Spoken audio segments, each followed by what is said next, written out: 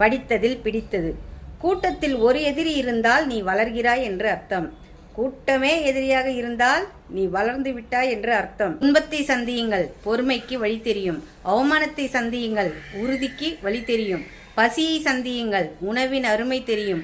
தோல்வியை சந்தியுங்கள், வெற்றிக்கு வழி தெரியும். யார் உன்னை அவமதித்து பேசினாலும் ஆவேசம் அடைந்து மறுத்து பேசி உன்னை நிரூபிக்க நினைக்காதே.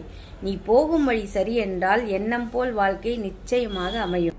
சிலரிடம் நான் நெருங்காமல் இருப்பதற்கு காரணம் விருப்பமில்லாமல் இல்லை, பட்டதே போதும் என்பதால் தான். ஒருவரை மன்னித்து விடும் அளவிற்கு நல்லவராக இருங்கள், ஆனால் அவரை மீண்டும் நம்பும் அளவிற்கு முட்டாளாக இருக்காதீர்கள். அழகிய மலர்கள் நந்தவனத்தில்தான் பூக்க வேண்டும் என்ற அவசியமில்லை, அவை குப்பை மேடுகளிலும் பூக்கலாம்.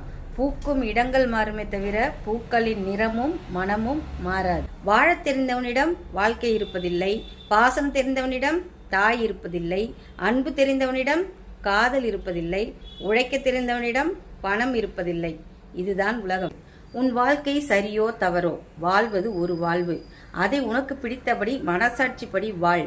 தீர்வுகள் சொல்ல இங்கு யாரும் நல்லவரும் இல்லை, தீர்வுகள் கேட்க நீ கெட்டவரும் இல்லை. உண்மையாகவும் வெளிப்படையாகவும் இருப்பவர்களுக்கு இந்த உலகில் மதிப்பும் இல்லை, மரியாதையும் இல்லை.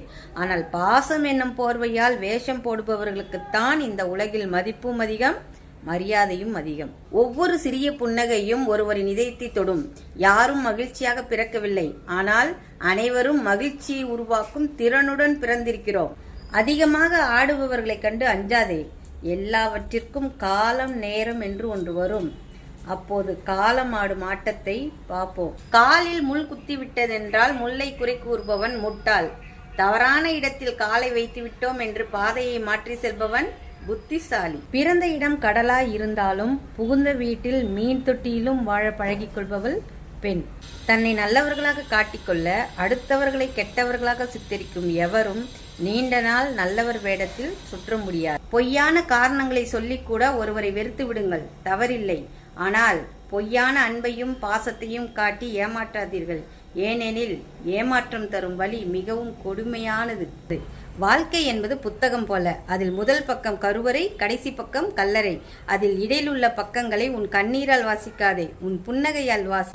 அதிகமாக ஆடுபவர்களை கண்டு அஞ்சாதே. எல்லாவற்றிற்கும் காலம் நேரம் என்று ஒன்று வரும். அப்போது காலம் ஆடும் ஆட்டத்தை பார்ப்போம். வாழத் தெரிந்தவனிடம் வாழ்க்கை இருப்பதில்லை, பாசம் தெரிந்தவனிடம் தாய் இருப்பதில்லை, அன்பு தெரிந்தவனிடம் காதல் இருப்பதில்லை, உழைக்க தெரிந்தவனிடம் பணம் இருப்பதில்லை. இதுதான் உலகம். உண்மையாகவும் வெளிப்படையாகவும் இருப்பவர்களுக்கு இந்த உலகில் மதிப்பும் இல்லை, மரியாதையும் இல்லை.